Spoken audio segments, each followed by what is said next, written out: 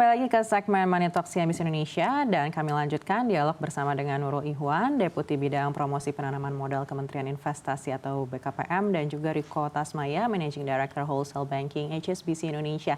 Saya akan lanjut lagi ke Pak Nurul. Pak Nurul, memang kita punya modal yang cukup besar di Indonesia dan juga dengan peluang yang ada begitu. Tapi kita tahu juga secara geopolitik ini masih tidak pasti, masih cukup menantang begitu. Lalu bagaimana BKPM memandang posisi Indonesia sebagai pasar serta mesin pertumbuhan investasi dan perekonomian di ASEAN? Ya, mungkin kita bisa mulai dengan melihat tren arus FDI global ya ke beberapa kawasan. Kalau kita lihat dari tren globalnya ini pada tahun 2023 tahun lalu ya, kita bisa melihat bahwa memang pertumbuhan dari investasi itu secara global itu dia mengalami penurunan sampai minus 2% gitu ya. Namun untuk di Asia Tenggara justru kita naik sekitar 1,3%. Biarpun kita bukan yang paling tinggi pertumbuhannya, karena yang paling tinggi itu ada di Amerika Utara, kemudian juga disusul dengan Asia Timur, lalu kemudian kita masuk yang ketiga. Jadi ASEAN ini benar-benar juga sebenarnya menjadi alternatif bagi kegiatan bisnis secara global karena mereka melihat kawasan kita ini damai gitu ya, relatively. Biarpun ada beberapa gejolak di negara-negara tertentu sebagai anggota ASEAN, tetapi secara umum itu tidak mempengaruhi secara signifikan terhadap 9 anggota negara ASEAN yang lainnya. Sehingga kita bisa melihat bahwa ketertarikan mereka terhadap ASEAN ini sangat besar sekali. Nah, kemudian kalau kita mau melihat intra-ASEAN atau misalnya masih kita lihat ASEAN secara keseluruhan, bahwa dari seluruh negara ASEAN itu recipients terhadap FDI inflow paling besar sebenarnya lari kepada Singapura. Kemudian yang kedua adalah Indonesia. Nah, tapi yang menariknya lagi bahwa intra-ASEAN, investasi dari dalam ASEAN itu investor terbesarnya adalah Singapura. Tetapi dari Singapura itu menjadi investor terbesar di Indonesia. Jadi bisa kita katakan bahwa mereka melakukan transit investasi di Singapura yang kemudian sebagian besar 2/3 dari investasi Singapura itu ASEAN itu larinya adalah ke Indonesia. Sehingga sebenarnya ini ada semacam complementary antara Singapura dengan Indonesia dalam konteks ASEAN. Kenapa? Karena Singapura yang punya infrastruktur finansial demikian baiknya, maka banyak negara secara global menempatkan Singapura sebagai hub bagi kegiatan investasi mereka di kawasan. Nah, tetapi tujuan utama dari investasi mereka pada akhirnya adalah Indonesia. Nah, sehingga kita bisa mencatat secara statistik bahwa investasi yang masuk dari Singapura itu baik oleh perusahaan Singapura masuk ke Indonesia atau perusahaan PMA asing yang ada di Singapura kemudian berinvestasi kepada Indonesia itu dicatat sebagai investasi Singapura. Nah, inilah yang kemudian menjadi gambaran bagaimana peran Indonesia dalam konstelasi perebutan katakanlah peluang investasi dan juga menarik investasi secara global masuk ke Indonesia. Sehingga kita bisa melihat kalaupun kemudian mereka masuk ke dalam Singapura sebagai tujuan investasi mereka, pada akhirnya untuk basis industri realnya mereka itu sebenarnya sebagian besar ada di Indonesia. Sehingga Indonesia tetap bisa kita punya optimistik bahwa keyakinan bahwa investasi di Indonesia ini masih tetap akan menarik dilirik oleh banyak orang. Kemudian kita melihat juga bahwa biasanya kan semuanya ini normanya lari ke urusan investasi yang hijau, investasi biru, investasi yang sirkular gitu ya. Dan pemerintah di negara Indonesia dan juga pelaku usahanya kita sudah mulai memperhatikan itu. Sehingga global akan melihat apakah norma yang lebih sustainable yang kemudian cenderung hijau, cenderung biru, dan cenderung sirkular itu juga dilakukan oleh pemerintah Indonesia dan pelaku usahanya. Dan kita bisa menjawab bahwa ya, itu kita lakukan. Bahkan yang paling utama adalah kita bisa menunjukkan dengan situasi di mana kita masih memberikan dalam tanda petik darah, dalam konteks ini adalah energi untuk kegiatan manufacturing di Indonesia, memang masih banyak disuplai oleh coal power generation yang berbasis dari pembangkit listrik tenaga uap yang di powernya dari batu bara. Tetapi dalam rangka mengurangi emisi karbonnya itu, kita punya kemampuan yang luar biasa untuk menstoring karbon yang di-capture itu untuk kita simpan di dalam tanah sehingga klaim atas emisi karbonnya itu bisa kita kurangi secara signifikan. Dan kita sudah cek juga dengan beberapa negara secara multilateral, khususnya di Uni Eropa, mereka recognize tentang ini. Sehingga kemampuan kita untuk bisa catch up dengan norma global bahwa produk yang dihasilkan oleh negara secara global termasuk Indonesia itu harus punya kontribusi karbon yang rendah, itu bisa kita lakukan. Yang paling utama adalah dengan carbon capture and storage. Tetapi bukan berhenti sampai di situ, banyak punya potensi-potensi lain yang ada di Indonesia yang akan kita bangun untuk memberikan kesempatan bahwa Indonesia dalam berproduksi, sekalipun secara teknologi kita masih mengharapkan dari orang lain, tetapi dari sisi alamnya kita punya kemampuan alam untuk menyerap karbon yang sangat luar biasa lewat mangrove misalnya. Itu luar biasa. Negara dengan garis panjang pantai terpanjang di dunia, Indonesia, itu pantai-pantai yang tidak indahnya untuk pariwisata bisa kita tanami untuk mangrove itu. Kemudian kita sebagai negara pemilik dari peatland ataupun tanah gambut terbesar kedua di dunia. Itu pun bagian dari investasi hijau. Dan kita bisa melakukan penghutanan kembali atas hutan-hutan yang gundul yang diklaim ini merugikan oleh dunia global. Itu bisa jadi peluang investasi dengan kita hijaukan kembali hutannya. Dan pemanfaatan lahan-lahan bekas tambang untuk bisa digunakan sebagai ladang untuk bisa power generation dari sisi solar itu sebagai alternatif yang lain. Jadi kita bisa melihat bahwa Indonesia bisa catch up dengan tren global dari sisi energi, itu kita bisa melakukan.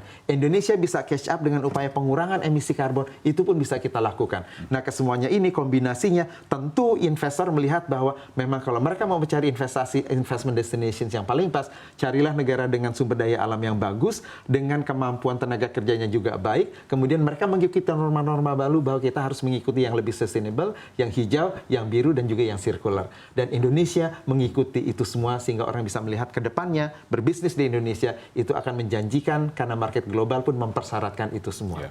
Baik, melihat arus investasi global yang sekarang sudah cenderung semuanya ke sektor sustainable, gitu. Apakah artinya ini menjadi sektor yang paling potensial saat ini di Indonesia dan upaya apa yang dilakukan BKPM untuk bisa menarik investasi ke sektor ini? Ya, yang kita lakukan sebenarnya banyak. Salah satunya adalah memberikan awareness kepada pihak global bahwa kita pemerintah punya keinginan yang sangat kuat untuk bisa menjadi bagian sebagai bagian dari populasi internasional berkontribusi ke sana. Termasuk diantaranya adalah bahwa pemerintah konsisten bahwa kita akan berkontribusi untuk memberikan sumbangan kepada pencapaian SDGs yang pada tahun 2030 harus kita capai, sekalipun kita tahu sudah lebih dari separuh kita berjalan dan itu masih belum 50% kita capai, tapi tidak boleh kita surut dengan semangat itu. Kenapa demikian? Karena memang secara bisnis pun diterjemahkan sebagai ESG, ya, sehingga mereka juga tahu bahwa mulai dari sisi kebijakan pemerintah banyak secara global kesepakatan bahwa kita harus mendorong sisi yang sustainable tadi. Kemudian pelaku usaha dengan norma barunya pun mereka mempunyai pegangan baru dengan ESG tadi. Dan kemudian dari sisi perbankan seperti HSBC, pinjaman kepada industri yang tidak hijau, khususnya untuk pembangkit listrik yang berbasis batu bara, itu sudah nggak ada lagi secara global. Semakin sulit dicari sumber pembiayaannya. Sehingga dari situ kita juga tahu sudah dari pihak perbankannya semakin mempersempit untuk industri yang tidak hijau, dan sebagian besar komunitas global lewat pemerintahnya juga mengikuti norma baru untuk yang lebih sustainable tadi. Kemudian yang jangan lupa, investment is driven by market. Market secara global pun itu lebih dari 80% mereka willing membayar produk barang dan jasa yang sedikit lebih mahal, tetapi dia memberikan kontribusi terhadap sustainability dari planet bumi ini. Karena dia tahu inilah yang bisa diwariskan kepada komunitas global ke depan yang akan menjadi norma baru. Jadi kita tidak bisa lagi menjual murahnya harga dari produk barang dan jasa kita selama itu mencemari lebih banyak karbon kepada atmosfer kita dan menciptakan tidak sustainnya bisnis yang dilahirkan di Indonesia. Nah, ini yang menurut kami menjadi satu bagian yang tidak bisa terlepaskan dari keberhasilan kita untuk bisa menarik investasi masuk ke Indonesia. Baik, saya beralih lagi ke Pak Riko. Di tengah pentingnya sustainability yang tadi disampaikan oleh Pak Nurul, lalu program-program atau inisiatif apa yang mungkin sudah dilakukan HSBC Indonesia untuk memastikan demand berinvestasi di Indonesia ini terus meningkat? Lalu upaya apa yang mungkin sudah ditempuh untuk menjamin terciptanya konektivitas antara investor baik ini dari luar negeri dan juga pelaku usaha di dalam negeri? Ya. Terima kasih Mbak Nake. Jadi dari HSBC sendiri satu hal yang our priority, Mbak ya, adalah membuka peluang dunia untuk Indonesia dan Indonesia untuk dunia. Jadi artinya kami di satu sisi kami mencoba mengconnect international network yang kami punya di lebih dari 60 negara untuk Indonesia. Jadi kita sebagai contohnya approach-nya adalah kita pergi ke negara-negara di dunia untuk berbicara dengan foreign investor, dan mungkin di 9 negara bekerjasama dengan Kementerian Investasi, karena ada perwakilan-perwakilan di negara-negara itu, Korea, kemudian di Amerika dan sebagainya. Nah, kami berbicara, kami melakukan misalnya Indonesia Day untuk memperlihatkan peluang-peluang apa aja untuk investasi Indonesia. Dan itu peluang-peluang itu sebenarnya sudah sangat dimengerti oleh para investor. Jadi how to unlock and unleash ini yang kita bicarakan. Gimana kita memberikan ease of doing business, bagaimana misalnya kita memberikan ini loh requirement untuk masuk Indonesia. Jadi kita menjemput bola ke sana untuk mereka masuk ke Indonesia.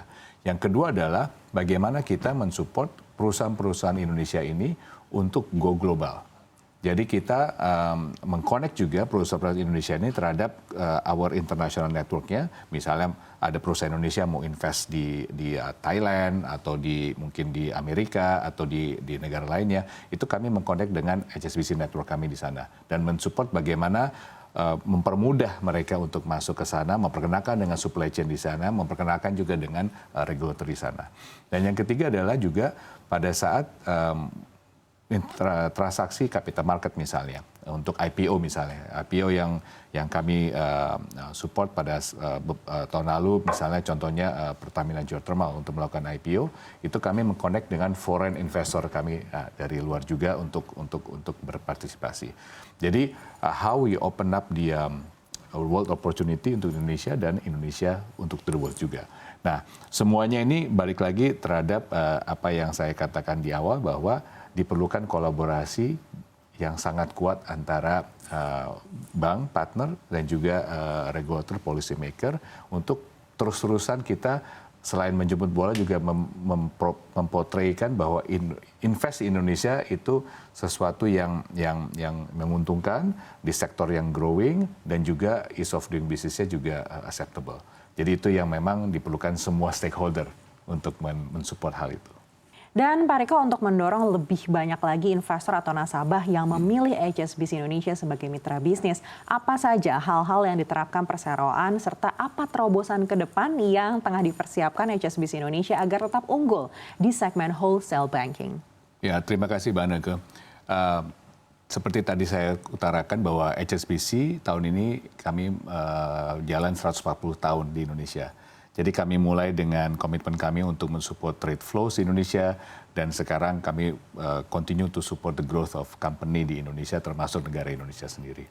Nah, HSBC sendiri kalau kita lihat merupakan mungkin salah satu bank global dan internasional yang di Indonesia masih menerapkan universal bank models. Dari mulai corporate banks, kemudian consumer banks, dan juga di sister company kami yang investment banknya. Jadi it's a complete solution dari situ. Kemudian kedua, kami melihat dengan local knowledge kami yang 140 tahun ini, dengan local network juga yang sangat kuat, kami melihat juga how we can leverage international connectivity. Tadi untuk mensupport international foreign direct investment masuk ke Indonesia-nya. Ekonomi digital juga salah satu yang merupakan fokus dari kami, karena inovasi ini yang kami tentu lakukan terus-menerus untuk membawa teknologi dari luar untuk masuk ke Indonesia. Jadi banyak sekali inovasi terbaru dari kami di sisi digital, dari mulai OmniCollect, kemudian Unit Transact, itu yang membantu corporate di Indonesia untuk melakukan transaksinya secara lebih mudah, lebih cepat, dan lebih efisien. Nah, kami juga melihat ekonomi digital ini menjadi salah satu sektor yang unggulan, sehingga baru saja mungkin sekitar 2 bulan yang lalu kami men-launch Asian Growth Funds. Itu adalah funds yang kita berikan untuk men-scale up perusahaan-perusahaan atau startup yang ada di Indonesia. Jadi mereka juga pergi ke negara-negara mungkin Singapura, US untuk mengekspansi bisnis mereka. Jadi ini salah satu contoh yang total package dari kami mensupport company Indonesia going global. Nah, untuk itu di wholesale banking ini komitmen kami selalu tetap sama, adalah membuka peluang sebesar-besarnya untuk Indonesia to the world dan to the world to Indonesia. Jadi mudah-mudahan 140 tahun hari ini dan another 140 tahun lagi ke depannya. Mungkin itu Mbak Arika. Terima kasih. Baik, menarik sekali, sayang waktu kami terbatas sekali. Sekali lagi terima kasih Pak Riko Tasmaya selaku Managing Director Wholesale Banking HSBC Indonesia dan juga Pak Nurul Ihwan, Deputi Bidang Promosi Penanaman Modal Kementerian Investasi atau BKPM, dan untuk diskusi yang sangat insightful di hari ini. Sehat dan sukses selalu untuk Anda berdua. Terima kasih. Terima kasih banyak. Demikian, inilah akhir dari segmen khusus Money Talks bersama HSBC Indonesia dan BKPM. Kita kembali lagi ke Power Lunch.